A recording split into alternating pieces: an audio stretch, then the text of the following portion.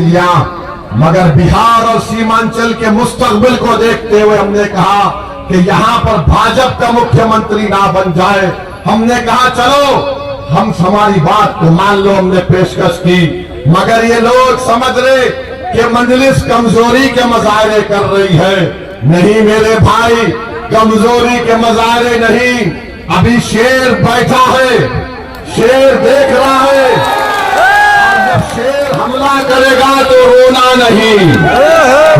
नहीं कि mummy daddy मेरा बैग और बाल लेकर भाग गए अख्तर अली खान। हम चुनाव लड़ेंगे, पूरे बिहार में लड़ेंगे, ताकत से लड़ेंगे, जीतेंगे, और इंशाअल्लाह ताला जहां पर नहीं जीत सके वहां पर अपनी ताकत को मनवा कर रहेंगे इंशाअल्लाह ताला। याद रखिए सीमांचल की जनता, कल तक आपके पास कोई विकल्प नहीं था, कल तक आपके पास कोई विकल्प नहीं था, आप हालत मजबूरी में इनका साथ देते थे। आज एक ताकतवर विकल्प अख्तर अली खान और मजलिस इत्तेहाद मुस्लिमीन के रूप में आपके दरमियान में है। आज इस विकल्प को दबाने के लिए, ताकि तुम्हारी आवाजों को दबा दिया जाए, ताकि तुम्हारे मसाजिद को छीन लिया जाए, ताकि सीमांचल को हमेशा के लिए पिछड़ा रख दिया जाए, ये हमको रोकना है। इन ताकतों को एक विकल्प के तौर पर मजलिस आपके दरमियान में आई है। हम किसी मजहब के खिलाफ नहीं है। सच्चा मुसलमान तो वो है जो किसी मजहब के खिलाफ नहीं होगा। हम किसी मजहब के खिलाफ नहीं है। हम यही कह रहे हैं कि इंसाफ करो, हमको इज्जत दो, और हम ये कह रहे हैं कि हमारे मुकद्दर के फैसले हम करेंगे। हम तुम्हारे गुलाम नहीं है। हम बराबरी चाहते हैं, हम हिस्सेदारी चाहते हैं। क्या आप बराबरी चाहते हैं? क्या आप हिस्सेदारी चाहते हैं? तो लगाइए मेरे साथ नारा, सीमांचल जिंदाबाद, सीमांचल जिंदाबाद, सीमांचल जिंदाबाद। मेरे अजीज दोस्तों और बुजुर्गों, आइए और मजलिस के उम्मीदवार को कामयाब करिए। इंशाअल्लाह ताला हम अपने बुजुर्गों की कुर्बानी को रायगा नहीं जाने देंगे, हरगिज रायगा नहीं जाने देंगे। जब तक हम जिंदा हैं, हम आपकी नुमाइंदे हैं, आपके खादिम हैं। अल्लाह जब तक हमारे जिस्मों में जान और सेहत को रखेगा, हम हर गरीब और मजलूम के लिए लड़ते रहेंगे। आपका बहुत बहुत शुक्रिया, आप यहाँ पर आए। जुम्मे की नमाज के बाद जरूर दुआ करिए कि अल्लाह गाजा और फलस्तीन के लोगों की मदद फरमा दे।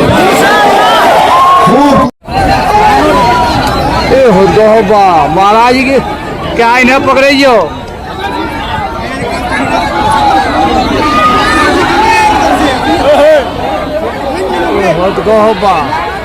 कौन महाराज हो? हटा दिया तो बेकार वीडियो बना देने बेकार। अरे बनाओ नहीं वीडियो, दिक्कत देख रहे करवा पूरा वहाँ खोल के वो चाबी।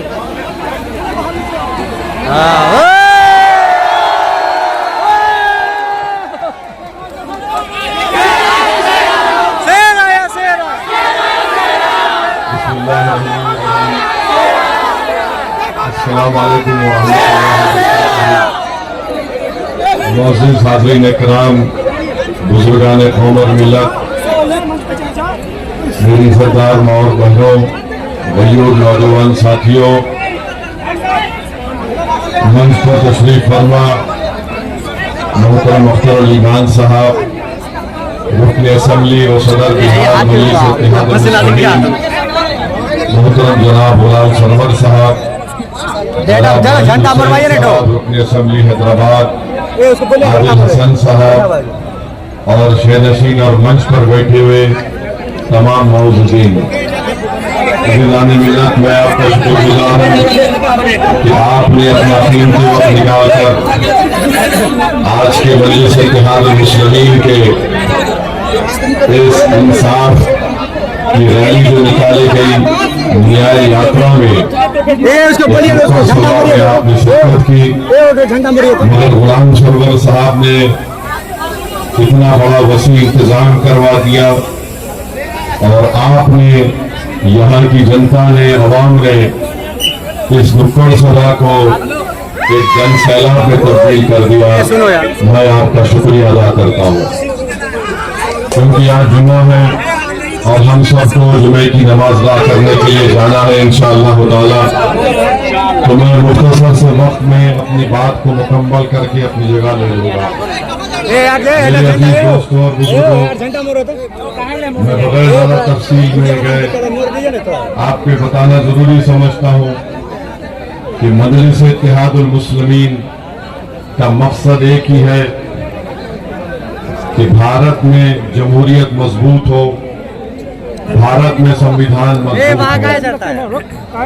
और हमारा मानना यह है कि भारत में संविधान और भारत एक ताकतवर मुल्क या विश्वगुरु बन सकता है, बशर्ते कि भारत में जो सबसे बड़ी अक़लियत है वो मुसलमान है, उनको अपनी सियासी क़ियादत बनाने का मौका मिलना चाहिए।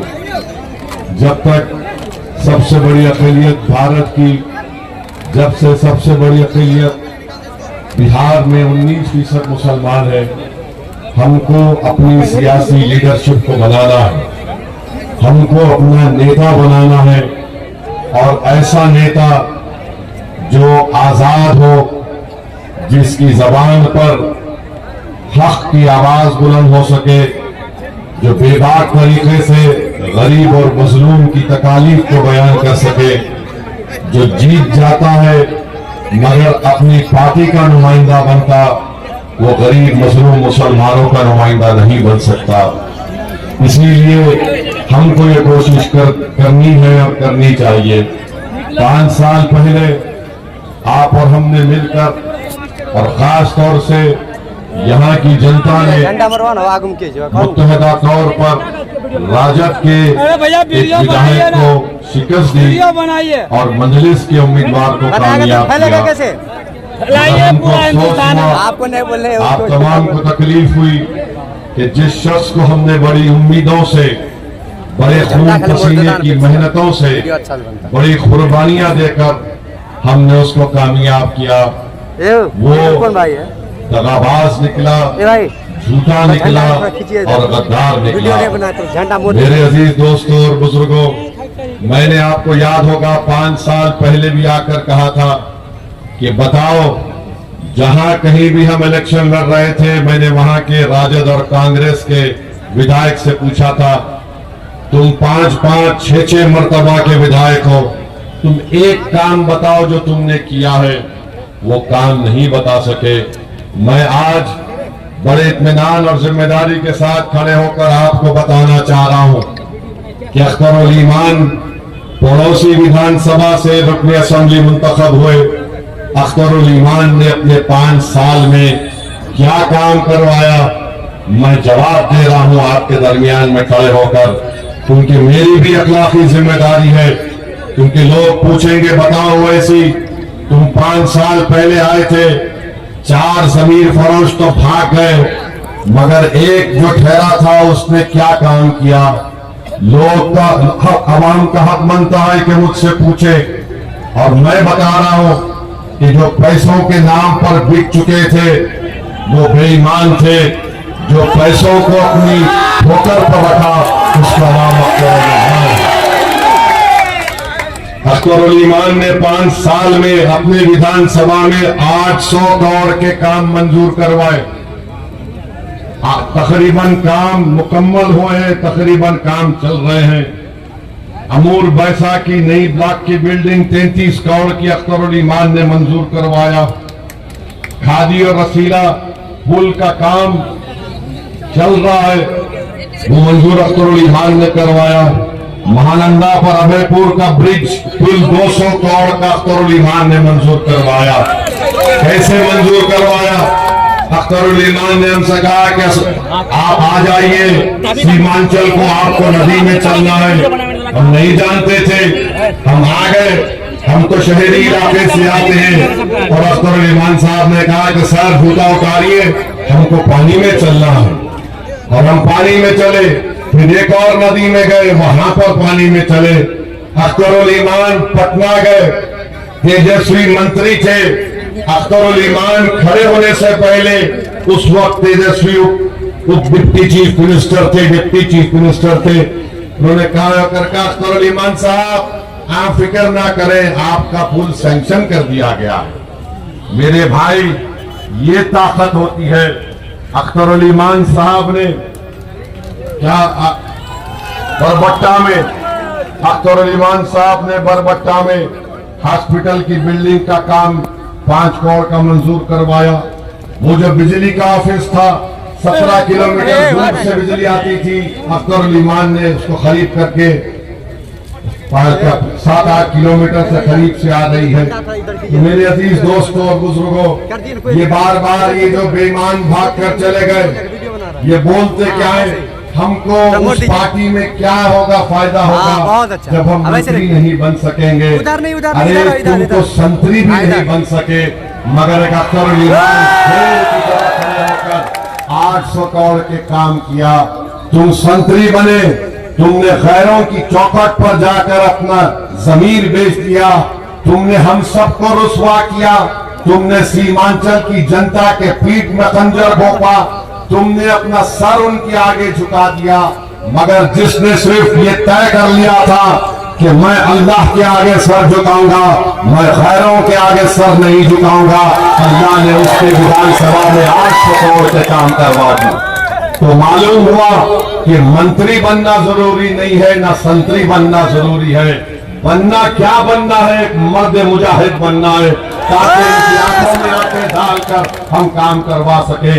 आप बताइए, 5 या 6 मर्तबा के विधायक यहाँ के राजद के थे, अब ये 2 मर्तबा के विधायक हो गए।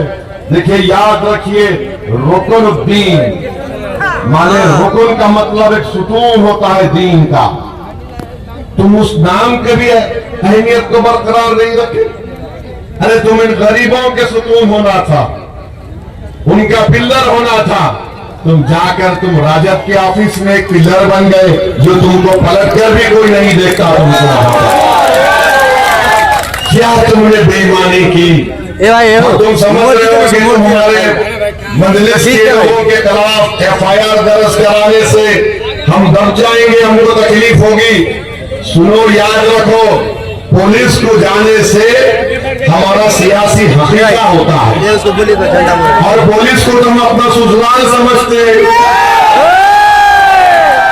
जेल को हम गए कई मरतबा, पुलिस की लाठियां मेरे सर और पीठ पर पड़ी, तो हम तो आए हैं इस मैदान में, मरने को आए हैं, जीने को नहीं आए तुम्हारी तरह।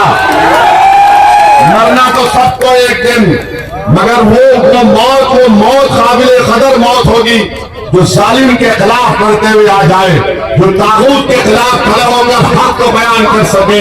अरे मौत फिरौन को भी आई, मौत नमरूद को भी आई, मौत यजीद की भी आई, मगर जो कुर्बानी इमाम हुसैन ने दी, सुबह क़यामत तक लोग इमाम हुसैन को याद करते, यजीद को याद नहीं रखते।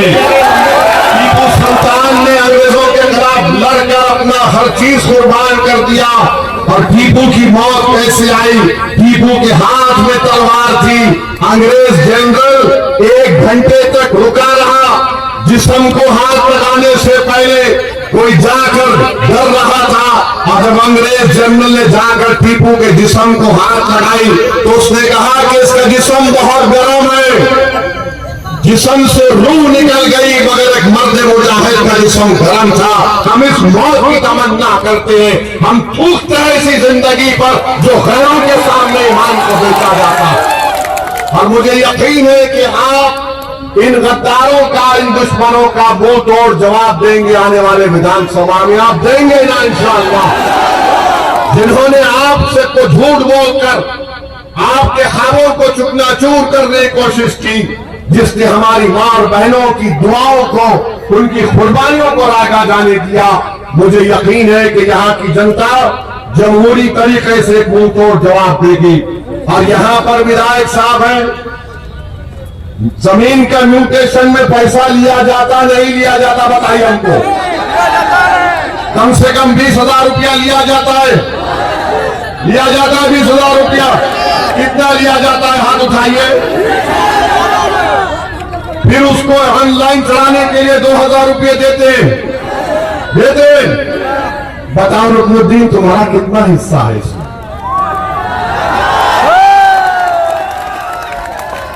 म्यूटेशन, ऑनलाइन, यानी भ्रष्टाचार आम कर दिए कि बेटा जितना लूटना है लूट लो, गरीब का खून चूस लो, कोई जवाबदेही नहीं होगी। जवाबदेही होगी जिसका खून तुमने चूसा है, वो जब वोट डालने जाएगा वो कहेगा कि रुकनुद्दीन पतन छाप के नाम पर तुझे विधायक बनाया, अब पतन छाप के नाम पर वोट डालकर तुझे घर में बिठाएंगे इंशाअल्लाह ताला। मेरे अजीज दोस्तों और बुजुर्गों, हम आपके सामने बता रहे हैं कि आवास योजना के लिए भी पैसे देना पड़ता गरीब को। बताइए नीतीश कुमार मोदी की सरकार क्या कर रही है? मोदी दिल्ली में बैठ के बोलते मैं ना खाऊंगा ना खाने दूंगा, मगर बिहार में जो लूटना है लूट लो, मैं आंख बंद करके सिर्फ बोलूंगा सीमांचल में घुसपैठी आ गए। मोदी जी, सीमांचल में कोई बांग्लादेशी नहीं है। हाँ, एक बांग्लादेशी को आपने दिल्ली में अपनी मुंह बोली बहन बनाकर बिठाकर रखा है। उसको लाइए सीमांचल को और हम रास्ता दिखाएंगे। हैदराबाद से आकर बांग्लादेश कहां पर है वहां पर छोड़कर आएंगे। आपकी छतरो छाया में वो महिला बांग्लादेशी दिल्ली में बैठी है और मोदी जी सीमांचल को आकर बोलते यहां पर बहुत आबादी बढ़ रही है, यहां पर बहुत बढ़ गए, यहां पर मदरसे आ गए। अरे मदरसे खोलने से आपको तकलीफ क्यों है? जो जगह पर अल्लाह उसके रसूल का जिक्र होता है तो शैतानी नफरत करता है उससे। अब वो भी है, अब आप फैसला कर लीजिए। वैसे जो भाग जाते हैं वो भी शैतान के एजेंट हैं, जो धोखा देकर भागते हैं। मेरे अजीज दोस्तों और बुजुर्गों, मोदी, नीतीश कुमार ने, चिराग पासवान ने, कुशवाहा साहब ने मिलकर एक ऐसा काला कानून बनाया है, वक्त तरमीमी कानून, जिसके जरिए वो हमारी मसाजिद को छीनना चाहते हैं, जिसके जरिए हमारे दरगाह और खानखाहों को छीनना चाहते हैं, ईदगाह की जमीन को छीनना चाहते हैं, कब्रिस्तान की जमीन को छीनना चाहते हैं। जहां पर वक्फ की जमीन होती है उसका मालिक अल्लाह होता है और जो कब्जा करके बैठा उसको मालिक बनाना चाहते हैं। मेरे अजीज दोस्तों और बुजुर्गों, आपने देख लिया कि भारत की लोकसभा में अगर किसी ने खड़े होकर मोदी के इस काले कानून को जो हमारी मसाजिद पर कब्जा करना चाहता था, हमने संविधान को सामने रखकर कानूनी दलाइल देकर मोदी को ये बता दिया कि तुम जो कानून ला रहे हो वो वक्फ को बचाने के लिए नहीं, वक्फ को बर्बाद करने के लिए ला रहे हो। तुमने देख लिया, दुनिया ने देख लिया, जो कहते थे एक अख्तर ईमान क्या करेगा, एक ओवैसी क्या करेगा। अरे भारत की इतनी बड़ी पंचायत में अगर किसी ने मोदी के और अमित शाह के सामने कहा इस कानून जो तुम ला रहे हो मेरी मस्जिद छीनने के लिए ला रहे हो, मैं इस कानून को फाड़ता हूं और फाड़ के सामने रख दिया। अख्तर ईमान अकेले थे, आपकी आवाज अख्तर ईमान उठा रहे थे। मेरे भाई, सीमांचल में लोगों की मौत होती है, किसी नागवानी वजूहात के बिना पर नहीं होती मौत। इनकी मौत इसलिए होती है कि एम्बुलेंस नहीं है, इनकी मौत इसलिए होती है कि अस्पताल नहीं है, इनकी मौत इसलिए होती है कि रोड नहीं है, इनकी मौत इसलिए होती है ताकि बेजमीर लोग अपने आप को बेच देते हैं। तो मेरे भाई, इनकी जिंदगियों को बचाना भी हमारी जिम्मेदारी है, इनकी जिंदगी को बचाना भी हमारी जिम्मेदारी है। इसीलिए मजलिस सीमांचल की इंसाफ की राय से बिहार में अपने सियासी सफर का आगाज किया और हम मोदी से कहना चाह रहे कि तुम जब यहाँ पर सीमांचल को आओगे, खबरदार हमको बदनाम नहीं करना, हम पर झूठा इल्जाम नहीं लगाना। ये सीमांचल गयूर अवाम की सरजमीन है, गरीब है तो गरीब की इज्जत नफ्स भी हो सकती है। आप यहाँ पर आकर हम पर झूठा इल्जाम नहीं लगा सकते। आपने लगाया इल्जाम और सीमांचल की जनता मतदान के दिन मोदी तुम्हारा जवाब देगी और तुमको बताएगी कि हम भारत के नागरिक थे, हैं और रहेंगे। तुम्हारे घुसपैठी का इल्जाम बटन छाप पर बटन दबाकर होगा मोदी।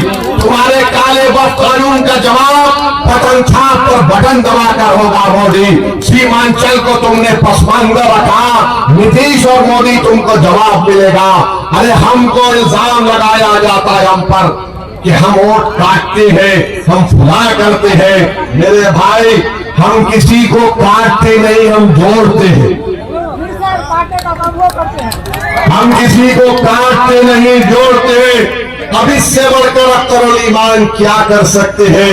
लालू जी को खत लिख दिए, तेजस्वी को खत लिख दिए, कहा कि 6 सीट दे दो। अगर तुम इसको भी नहीं समझोगे तो मैं कुछ नहीं कर सकता। सीमांचल और बिहार की दुनिया की जनता देख रही है कि कौन मोदी को रोकना चाहता है और कौन मोदी को कामयाब करना चाहता है। ये फैसला आपको करना है। अगर आप ये बात को समझ लेंगे तो सारी बात आपको समझ में आ जाएगी।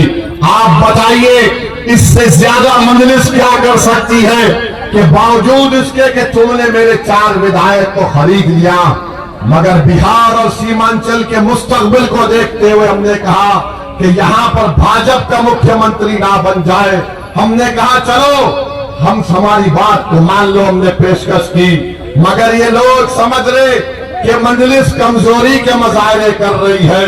नहीं मेरे भाई, कमजोरी के मजाहरे नहीं।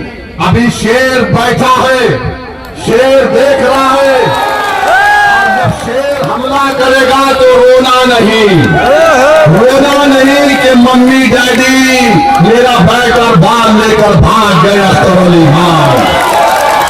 हम चुनाव लड़ेंगे, पूरे बिहार में लड़ेंगे, ताकत से लड़ेंगे, जीतेंगे और इंशाअल्लाह ताला जहां पर नहीं जीत सके वहां पर अपनी ताकत को मनवाते रहेंगे इंशाअल्लाह ताला। याद रखिए सीमांचल की जनता, कल तक आपके पास कोई विकल्प नहीं था, कल तक आपके पास कोई विकल्प नहीं था। आप हालत मजबूरी में इनका साथ देते थे। आज एक ताकतवर विकल्प अख्तर ईमान और मजलिस इत्तेहाद मुस्लिमीन के रूप में आपके दरमियान में है। आज इस विकल्प को दबाने के लिए, ताकि तुम्हारी आवाजों को दबा दिया जाए, ताकि तुम्हारे मसाजिद को छीन लिया जाए, ताकि सीमांचल को हमेशा के लिए पिछड़ा रख दिया जाए, ये हमको रोकना है। इन ताकतों को एक विकल्प के तौर पर मजलिस आपके दरमियान में आई है। हम किसी मजहब के खिलाफ नहीं है। सच्चा मुसलमान तो वो है जो किसी मजहब के खिलाफ नहीं होगा। हम किसी मजहब के खिलाफ नहीं है। हम यही कह रहे हैं कि इंसाफ करो, हमको इज्जत दो, और हम ये कह रहे हैं कि हमारे मुकद्दर के फैसले हम करेंगे। हम तुम्हारे गुलाम नहीं है। हम बराबरी चाहते हैं, हम हिस्सेदारी चाहते हैं। क्या आप बराबरी चाहते हैं? क्या आप हिस्सेदारी चाहते हैं?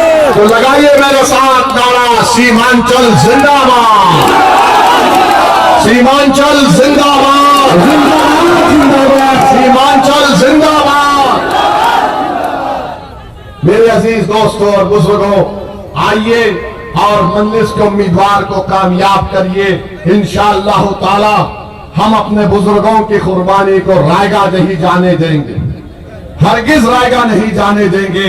जब तक हम जिंदा हैं, हम आपकी नुमाइंदे हैं, आपके खादिम हैं।